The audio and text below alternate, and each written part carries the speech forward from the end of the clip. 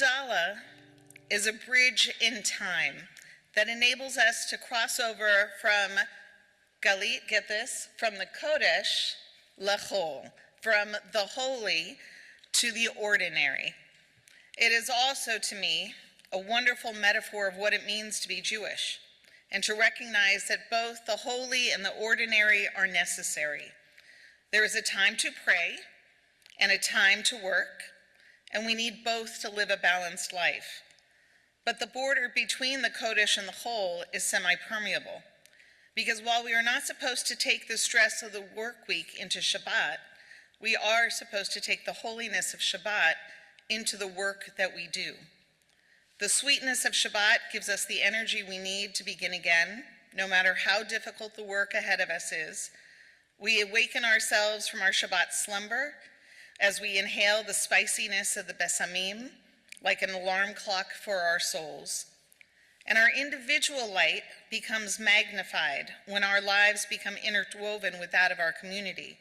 And the more that we share our light, then the light of justice and compassion can chase away the darkness in our world. And as we hear the hiss of the Havadalah candle extinguished in the wine, we know that it is time to get back to work. Rabbi Tarfon would say, "It is not your duty to finish the work, but neither are you at liberty to neglect it." And while we know that the work ahead of us is daunting, it is also exceedingly important. We are at a critical time in Jewish history, and the work we do between now and May 4th will have an impact on the future of Israel and Israeli diaspora relations. But if each of us does the work that we have simply committed to, then together we can succeed, and the world will be sweeter and brighter for it.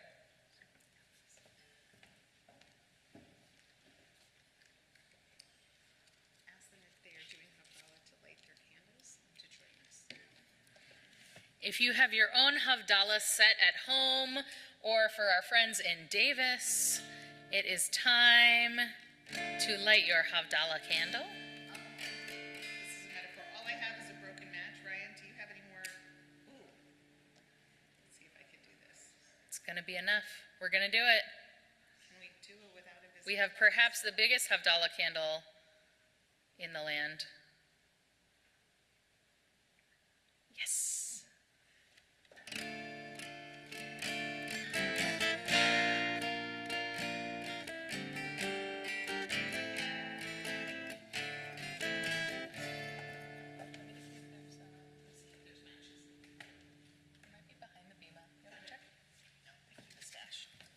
It's lit. Oh.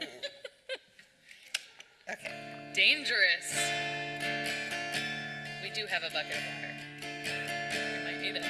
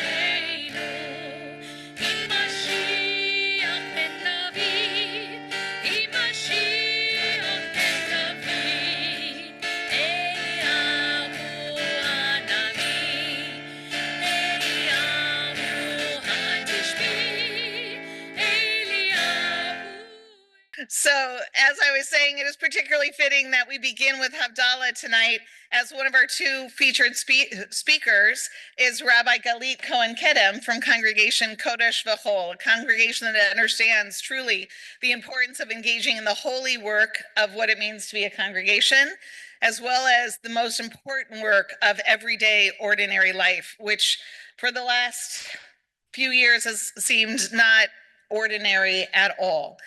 And for those of us in Sacramento, we are very lucky to remember Rabbi Galit having spent a year here and touching and shaping our congregation in a way that was very profound and very important. With her today is Orly Erez Lichovsky, who is the director of the Israel Religious Action Center, who engages the holy work of justice. It's through the Israel Religious Action Center that the Reform movement has been able to make incredibly important strides for egalitarianism, for religious pluralism, for really creating the Israel that we believe in and know that the Israel that it can be. And it is through the legal system that the Reform movement has made the most important strides. And so it's our pleasure to turn the Zoom over now to Rabbi Galit and to Orly to talk with us about why we're here tonight. Thank you, Rabbi. It's always a pleasure to be with you in this spotlight, Orly. Orly is we see her as a ray of light and a heroine of justice in Israel. So it's my honor and my pleasure to be with you and to have some kind of a conversation together about how things are going right now and the effect of these elections of the WZO on our work. Oli, you work nationwide. I work very locally in a small city somewhere outside of Tel Aviv.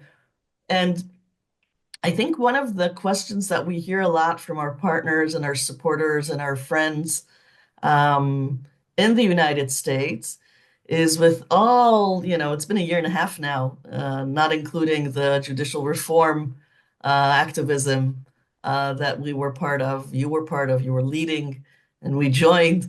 Um, I just want you all to know that Oli's not used to doing Havdalah sitting down in a hotel room in DC.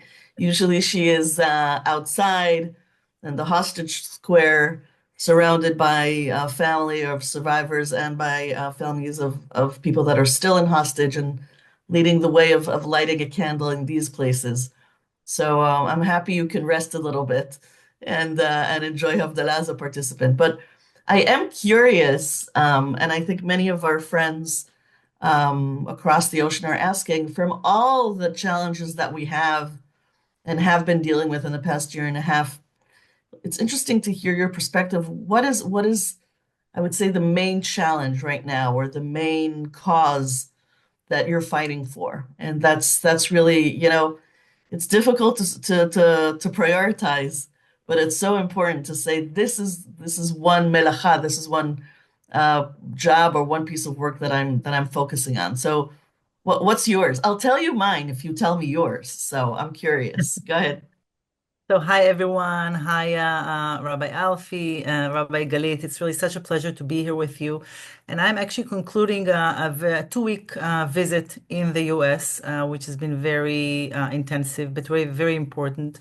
And going to your question, Galit, I think that what we have been fighting for many years, but especially during the last 2 years and a year and a half, is we fight extremism. We fight extremism and its different aspects and attempts to use Judaism to promote or to push for very extreme phenomenon such as discrimination against Reform Judaism and homophobia, racism toward Palestinian citizens of Israel, misogynism, gender segregation against women. And we've been fighting this phenomenon for many years, but it seems that they have sort of got a back wind or support from the most extreme government we have ever had. So I think really the first hurdle was the establishment of this current government, and then of course October 7th and the ensuing war.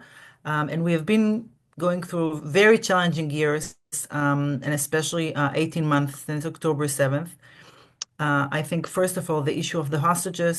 You mentioned that we have been holding the Havdalah ceremonies at Hosted Square and in Jerusalem every week since October of 23.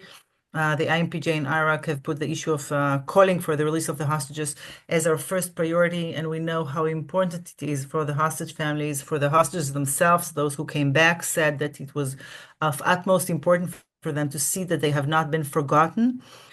So the issue of calling for the release of the hostages, the fact that we still have 24 believed to be living hostages, that they are still there and are not with us.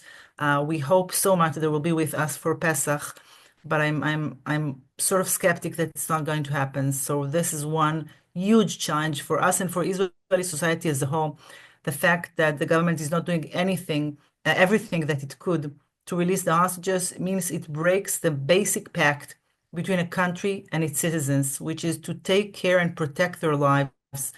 And the fact that they are deserted by our government is really, I think, one of the most painful realities of all Israelis and of so many Jews outside of Israel. Another thing which is a huge challenge since October 7th is the increasing number of racist incidents. We operate a racism crisis center, and we have been fighting racism for many, many years, but we've seen a huge increase, as always happens in times of security tension, of racist incidents toward Palestinian citizens of Israel. And while on the one hand, we treat those incidents, we also offer an alternative vision for the Israeli society, a vision of a shared society between Jews and Arabs. And this has been one of our top priorities since October 7th of the IMPJ in Iraq, to present the Israeli society a vision of a different future, of a future that we can live together side by side in coexistence, and not a vision of constant war. And thirdly, last but not least, is of course the assault on Israeli democracy, which I know many of the people who are watching us now can identify with. We are seeing in Israel, it's over 2 years, but especially during the last few months, and of course in the United States, in the last 11 or 12 weeks, a grave threat on on our democratic system. We thought that the American democratic system is stronger than the Israeli one, but we see that both are susceptible to huge threats that threat our rights and the chance that they will be protected. We have been fighting, as you know, in the streets for over 2 years. It's exhausting to go and protest at least once a week for more than 2 years, but it's essential. And today I was actually took part in a protest in Washington, D.C., near the Washington Monument. There were protests in over 1,000 places over the U.S., and it was, I think, the first big protest across the nation. And we believe that grave assaults on democracy should be met with responses in the streets, in the courts, in the Knesset. We have been very active because we must fight back and not allow this to happen. So I would say that those are the main challenges, and I would really like you to tell us, Rabbi Galit, what are the challenges that you are facing from the perspective of Cholon, of Kodesh V'Chol congregation, and really amazing congregation that you have been leading so bravely and in such an inspirational way. And you have been going through quite a few challenges. Tell us, Thank where are you you. at now, and how are you coping with a very, very complicated situation? Well, first of all, I can't refrain from reacting to that amazing list of challenges that you just put. Did you notice, Aldi, that while you speak about challenges, you inject into it what is being done? And I think that's amazing, because you won't hear Orly whining about a situation and just saying, "Oh, it's terrible." We call those conversations in Israel sichot salon, living room conversations. Oh, the situation, it's so bad. And only while talking about the challenges is also talking about what is being done. And I think that is a paradigm that I identify with, and it's inspiring the local you're doing this on a national level, an international level. Everywhere you go, there's protests. You start the fire. But I'm saying I think that's the model that we're also working with here of not just asking what's worrying to us or what's almost, a cause of despair, but constantly finding those areas of agency. And then that, Rabbi Alfie, that's exactly your drash at the beginning of the Havdalah, right? It's you understand to a point that a lot of these processes are bigger than us, are stronger than us, but we feel a sense of destiny, we feel a sense of calling, of direction, and I would say agency within this. So the question isn't what's going wrong, because there are many, many answers for that, but the question is what can we do about it? And it's also understanding that our power is limited, but and that different organizations work in different areas. But it's definitely asking what is your contribution as a Jew, as a citizen, as a rabbi, as a congregant, as a lay leader, to what's your part of the puzzle in the greater picture. And I think for Cholon, for Kodesh V'chol in Cholon, being a very working class congregation, you know, I adore my congregants. I look at them and I'm inspired. These are mostly young families, right? I always joke that our oldest board member is 52, and we always treat him with respect because he's our elder. Um, but these mostly young families are trying to juggle between reserve duty, and recently there are a lot of big questions about the trust or lack of that many citizens, many of my congregants feel towards what used to be sacred constitutions in Israel, right? The army was not part of the conversation, the political conversation. Um, the Secret Service was not part of the political conversation. And there were so many given facts that said, okay, so politics aside, there's certain truths or institutions that we have trust for, and that is no longer the case. And when you have this break in a relationship, this rift between you and the symbols and the core understanding of how this country works, right? Now more and more that some understanding of what happened on October 7th is coming out. I think people are just holding their heads and saying, this is the army that we trusted. This is the army that we're sending our kids towards. I can tell you that a lot of my pastoral care recently has been with parents of teenagers that are about to be drafted or enrolled to the army in the process of being drafted. And it's you can see how these, I would say moderate Israelis that are working class, that have, there's certain things that there were truths and they didn't question them, are now having a very serious, identity crisis around, their connection to the Israeli institutions. And I think this lack of trust or the questioning of is this country or why isn't this country seeing me, right? This government and these institutions are almost cynical, right? It's almost, you look at the gap between what the common Israeli, the middle class Israeli, working class Israeli is dealing with versus the recent budget that was approved in the government. And you ask yourself, is it at all, you know, in our leaders, our politicians, I don't even know if they're leaders, but our politicians, do they even see our needs? And this is interesting. It has nothing to do with your political opinion on security versus peace. Okay, this is becoming a very widespread idea and understanding that the government and a lot of the institutions aren't working in our best interest. And I think we need to understand that this is a huge crisis for the quintessential Israeli.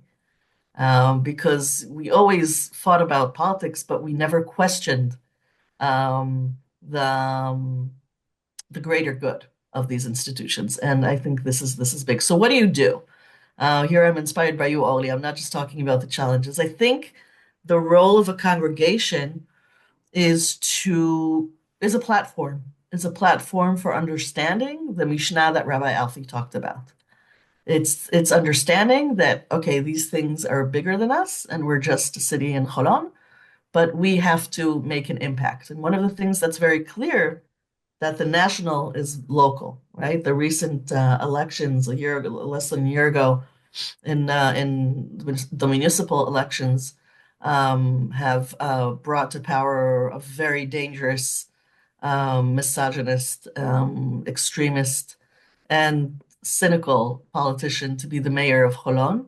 And so a lot of the energy, I think, and I think rightfully so, I think the Judaism teaches us that we have to act locally before everything else. You know, you have to make sure that your machane, that your surroundings are sacred, and then it's contagious in the best ways to other circles of life.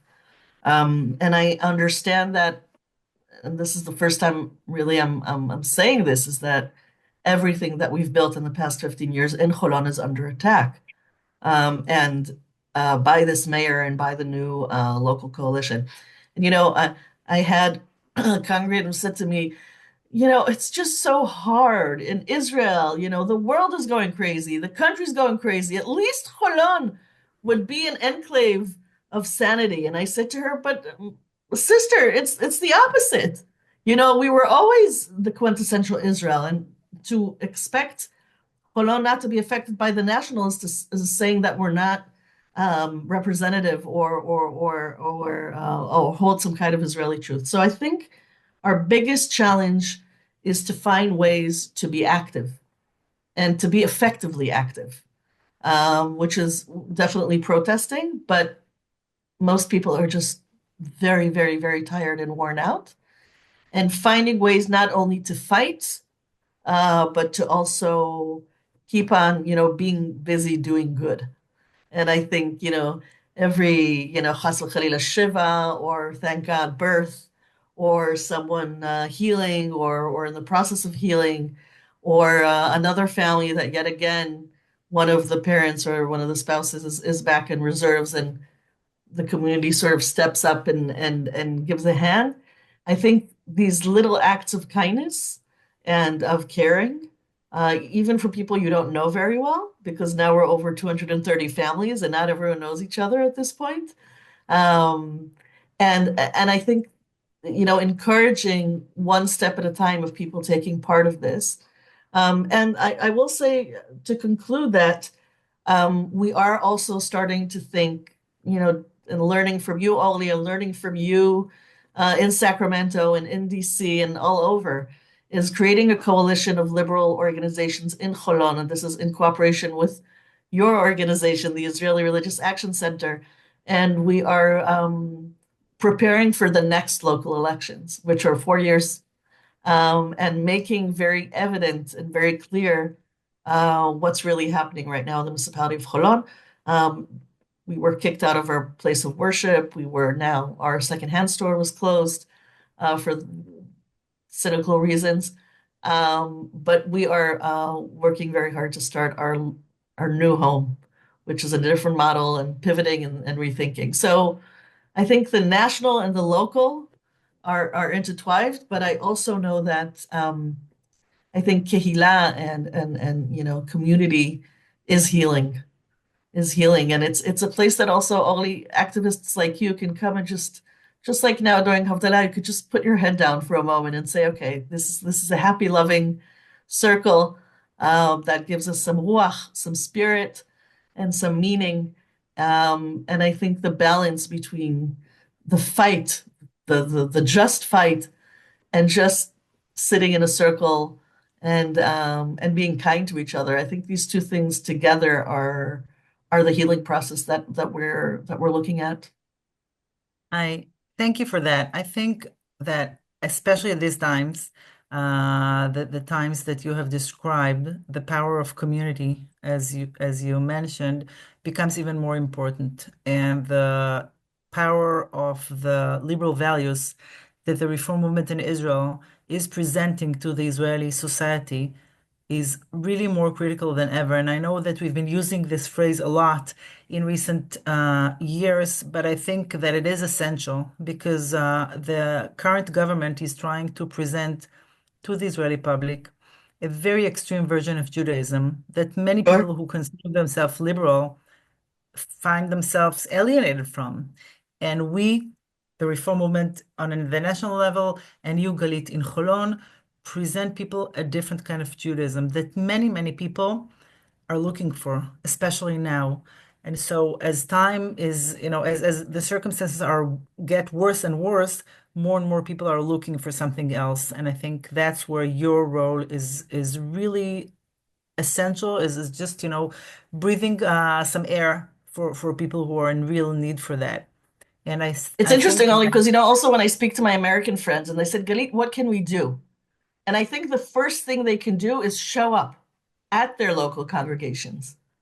Go yeah, to services, get active, show up, because I think this whole idea of community as being a platform and a base for social change is definitely something that needs to be strengthened, especially now when Judaism is exactly. under attack in the United States. And because when people come together, especially this time, it gives us power to cope with the really chaotic reality that we've been experiencing. And as we all know, we are facing now in the current elections to the World Zionist Congress an attempt of a Haredi faction, an ultra-Orthodox faction called Eretz Kodesh, to take control over the Congress and over the Jewish Agency and the Jewish National Fund and the World Zionist Organization. And they have an explicit intent to prevent us from doing what we are doing, what Iraq is doing, what Galita is doing in Cholon, and many, many other rabbis are doing all across the country. And if it would be up to them, and if they take control of those institutions, it would be destructive to liberal Judaism in Israel because they envision an Israel which is not liberal, which is not egalitarian, which is not pluralistic, and they were actually using many of Iraq's struggles to show what should be reversed and what should be taken from Israelis. And so we have had many, many court victories after a long, long, long legal struggles, and they want to take all of this back. And I think it really shows when we present the challenges that we have a long way to go, but we have come a long way, and we must make sure that we can continue to work for a better Israel. And I Can we think talk that, about the World Zionist Organization for a moment? I'm cutting you. I'm being so Israeli here, Orly. I mean, of it is course, probably the least sexy elections in the world. I mean, who heard of the World Zionist Organization?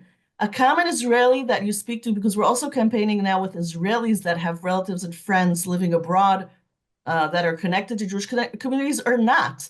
You don't have to be connected to a Jewish community. You have an Israeli neighbor that is living in America. You have a non-affiliated neighbor living in America. Those are people that can vote, right? But no one knows about this. It's almost like it's an archaic establishment. And some people, I was just in London last week visiting a Reform congregation. They said to me, who even understands these convoluted organizations? They're so archaic, they're so old-fashioned. The funds of the Jewish people, philanthropic and others, it's like saying, oh, a bank is such a archaic institution. We don't need to really interact with banks, right? I mean, I'm not yeah, saying and the World Zionist another thing Organization would, is a bank, but there's a lot of funds and resources yeah. that are invested there, and the fact that some of um, our ideological enemies are trying to take over these resources shows you that people are understanding the game. So what used to be under the radar is now the front. Yeah, and I So think no one it should talked be about it, but noted now that it's actually a real, yeah. Go ahead, Oli. Yeah, I think it should be noted that because the reform movement in Israel receives very, very small funds from the government, we rely on the funds from those institutions in order to be able to survive and thrive for liberal Judaism in Israel. So it's clear that it's for us it's really an existential issue, and we must have every vote and every person that you know, not only you. But you should really ask all the people you know who are eligible to vote, everybody who's over 18 and resides in the US and identifies as a Jew. It's really critical for us. And I think at this time where many of us feel helpless and powerless and desperate, it is something that is very concrete, very simple, and very meaningful that each and every one of you can do that can help us, truly help us. And so in this time, we really urge you to do so. And I think that maybe before we open it up for any questions that people have, it's important for us to leave you with hope, with optimism, because while we are facing very, very, very dark times, let's face it, we do not deny it. We have to remember that we have a lot of good things.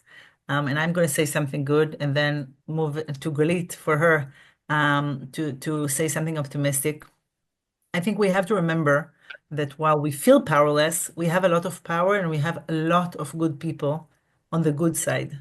I saw it today going in the protests in DC. I see it every week when I go to protests in Israel. In Israel, by the way, the numbers are very clear. A huge majority of Israelis do not side with the government. Actually, 70% of Israelis are against the government, and most Israelis want a better future. They're not aligned with the crazy ideas and policies that our government is pushing for. And I think a lot of people in the States feel the same. And we have to remember that we are not alone. We have to remember that we have a lot of power in our hands, and that despite the fact that it does not always seem so, we have the power to change. And reality is not static. History is not linear. Things are changing and things will change. We will be able to overcome this together, both in Israel and outside of Israel. I think the connection between Israel and Jews outside of Israel has become stronger, especially since October 7th. We know we have a shared values that are lead the way and are really the light that leads the way to us.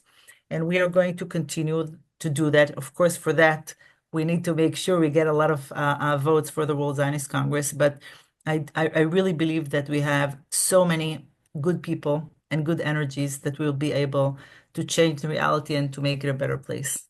Over to you, Galit. Give us some That light only, and and then some we'll quickly optimism. also have an opportunity for Q&A. We have a saying in Hebrew, Ye'ush hi lo tochnit avodah, which in English means despair is not a strategic plan. And when you think about Jewish history and what we're going through as a blink in Jewish history, we know how to rise. We know how to rise. We know how to keep on forging our values and our ideas, even in the darkest of times. And we are privileged in this time to do it from the safety and the abundance of our everyday life. So for me, it's counting the blessings every day, and there's so many blessings. Despair, though I'm not always optimistic, I'm very much hopeful. And I think making the distinction between optimism and hope is understanding what Rabbi Jonathan Sachs told us, that optimism is believing that things will work out on the best, in the best way. Hope is believing in the actions and the understanding of working together is something that can change. And I think that's a very deep Jewish value. And sort of walking away from that is also kind of abandoning what our ancestors have given us as a gift, generation after generation, encouraging the light and fighting the darkness. So we're opening this up for questions. It could be via chat, or if you want to unmute and address Orly or myself, or just a general question you have about the situation in Israel or about the elections. Of course, not technical questions, but I would encourage more general questions, ideological questions, and we're happy to answer. So feel free. So as people write their questions in the chat, and for those who are in the room here, Cantor Kurland, if you could take a microphone to anyone who has a question.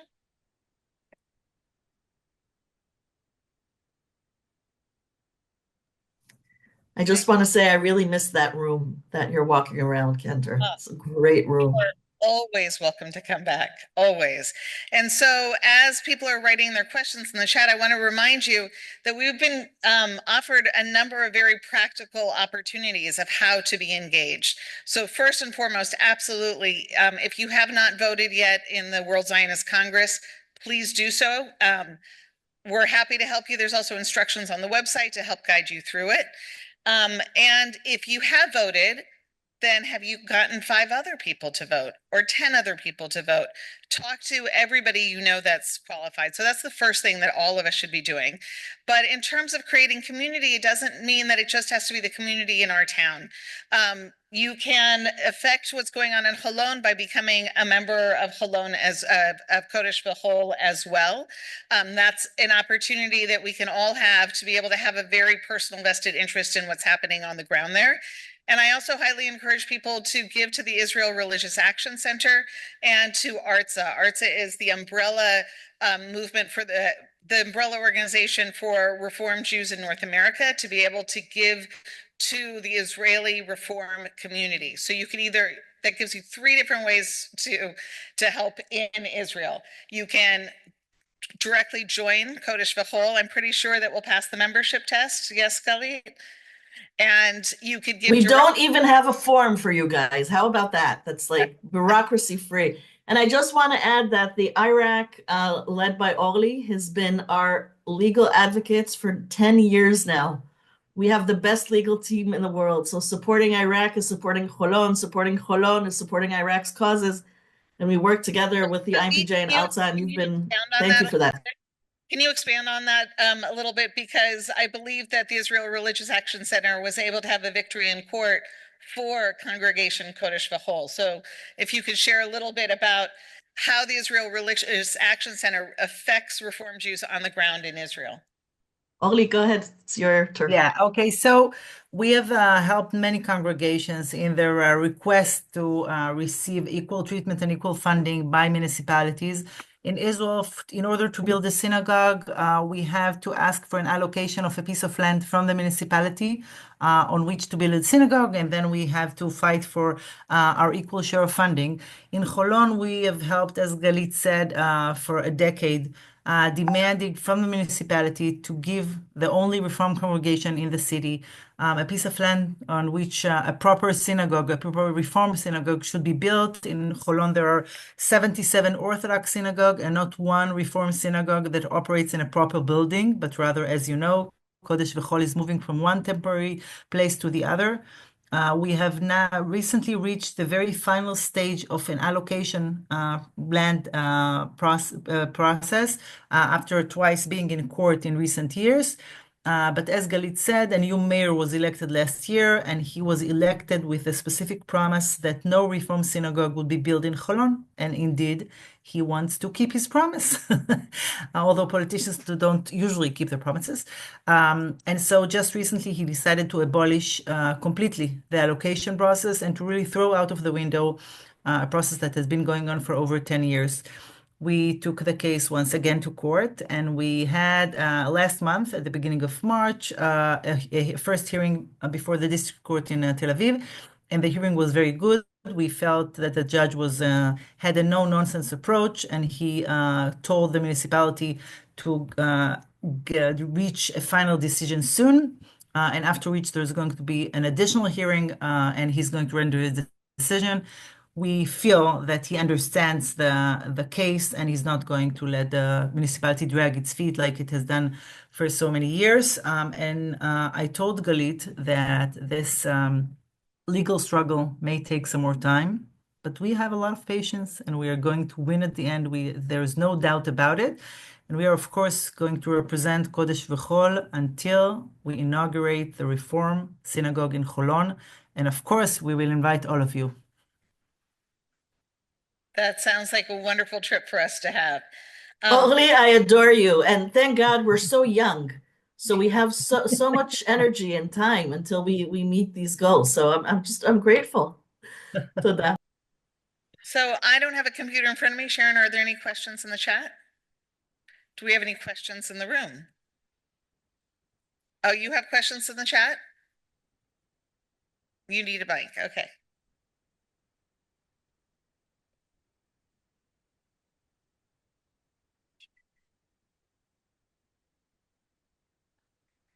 We have some technical questions here about how Canadians can vote. Yeah, I'm but I sure. saw that Lee Weiser already answered Oh, thank you. from Canada. Yeah. Do you Oh, see I any, see. Yeah. Yeah, any more? Jen has asked about women's rights. Yeah, yeah. So this is something we haven't mentioned. One of our main focus areas of Iraq is fighting against gender segregation in the public sphere, against different demands of leaders of the ultra-Orthodox society to discriminate women while being, going on in the public sphere and trying to get a few public services. We've seen this on buses, although the Supreme Court accepted our petition over a decade ago and declared that sending a woman to the back of the bus, believe it or not, is not legal in Israel. This is a phenomenon that still continues to happen. In different bus lines all across Israel, drivers tell women to go to the back of the bus, not to board the bus at all, or saying they're not dressed modestly enough.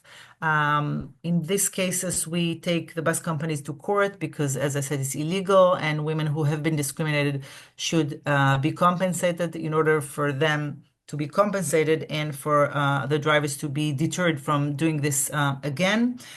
We are continuing to represent cases of women on buses and in other cases in airline companies that accommodate demands of ultra-Orthodox passengers that refuse to sit next to women.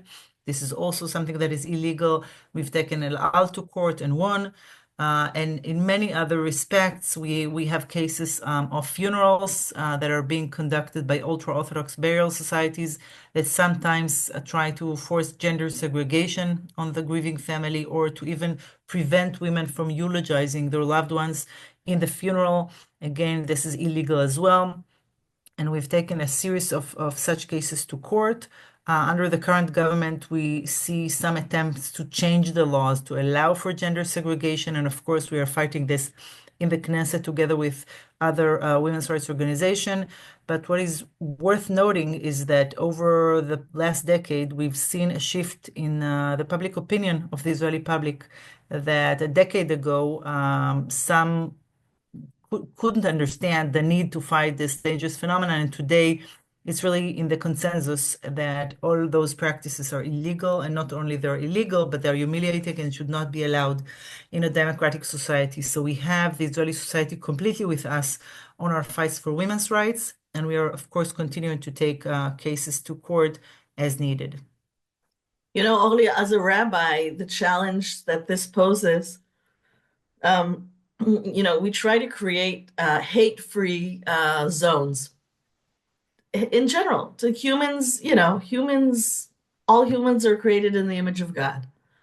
And in the past year and a half, it's not so much the struggle of preventing hate discourse or hate rhetoric against Arabs, because I think, as you mentioned, in times of conflict that rises, but actually the inner hate that we have in Israeli society. I find myself often worrying about how non-ultra-Orthodox Jews in Israel speak about ultra-Orthodox Jews in Israel. And I think one of our challenges is to fight the leadership that is cynical, that is abusive to its people, but not hating the people that choose to lead an ultra-Orthodox lifestyle. And I think that's, and I think in your work you see this often, that you are also approached by ultra-Orthodox women, organizations, and individuals that are asking for your help Yeah. to liberate themselves from being oppressed by very extreme rabbis and administrations. Yeah, I think it's a very good point. I think often the ultra-Orthodox all-male leadership is doing a disservice to their sector. I think there are a lot of different opinions within the society, within ultra-Orthodox society, and for many years we have heard only the vocal extreme voices that support gender segregation, and all the other voices were silenced. And we gave voice to those who were against this. I think today people understand that there are a lot of ultra-Orthodox women and men who oppose the very extreme modesty requirements and in general the extremism of ultra-Orthodox society. And it's important to give them a voice. I think we see the disservice that the ultra-Orthodox leadership is doing to their public in other contexts, for instance, around the issue of the lack of core curriculum subjects in ultra-Orthodox schools, the fact that ultra-Orthodox boys do not study at all English, they hardly study math or science, and we see more and more Haredi parents that want a better future for their kids. And while the leaders want to keep the public ignorant, they don't want this. And so we see So more. alliances are much more interesting. They Yes. don't break up in what we see as right, wrong, black and white. Things are really connecting in interesting ways. So I think this is the time, Rabbi Alfie, we wanted um, to have a QR code on the screen for those who haven't voted yet. Perhaps this is a good time for that. And Rabbi, take it away with your remarks. So first, I want to thank the two of you so much. I know it's 4 a.m. in Holon. I don't know what time is it here. Oh my goodness. So it's 10:30 in DC. And I know the two of you have long and busy days, and for you to make the time to be able to talk with us is something that we're very, very appreciative of. So for everybody who's on Zoom or with us in the room, again, I want to just say, Lo alecha hamlacha ligmor. It is not up to each of us to do all of the work, but it is up to each of us to do some of the work. We've heard what our colleagues are doing in Israel. We've heard about the important work of the IRAC, of the Israel Religious Action Center, and Kodesh V'chol. And if you could take Rabbi Galit's story and just talk to every single Reform congregation in Israel, you would hear similar stories of the battles that they are fighting. We have the ability to have an impact. We can have an impact through our vote. We could have an impact through our donations. We can have an impact when we see something we do not like that the Israeli government is doing. There is a consulate just down the road in San Francisco. Write a letter, write an email, let them know. When we saw what had happened to Kodesh V'chol, we wrote letters to the consulate. Israel is our community. It is an extension of our home, of our Jewish home here. And so if we don't do anything and all we do, how did you call those living room conversations? The salon. Exactly. The Tichot Salon. Don't engage in a tichon salon. Don't just sit there and complain. Sit there and do something. Open up your computers if you haven't, or open up the browser. Oh, let's see that QR code again, Ryan. If you haven't yet voted, it's right here. Vote Reform. It's the number 3 slate. Send your representatives, the people whose values you share, to the World Zionist Congress this fall to be able to vote what our values are to have an impact on Israel. So Laila Tov, or actually Laila Tov Orly, Boker Tov Galit. I hope you get a little bit of a midday nap to make up for this lack of sleep. And Rabbi Galit, please tell your congregation, or not your congregation, tell your family that our congregation misses your family tremendously. And so thank you both for making the time to talk with all of us here tonight. Thank you. Thank Bye-bye. you. Thank you so Shabbat much. tov. Keeping the Bye-bye. faith, people. Yes. We'll do this.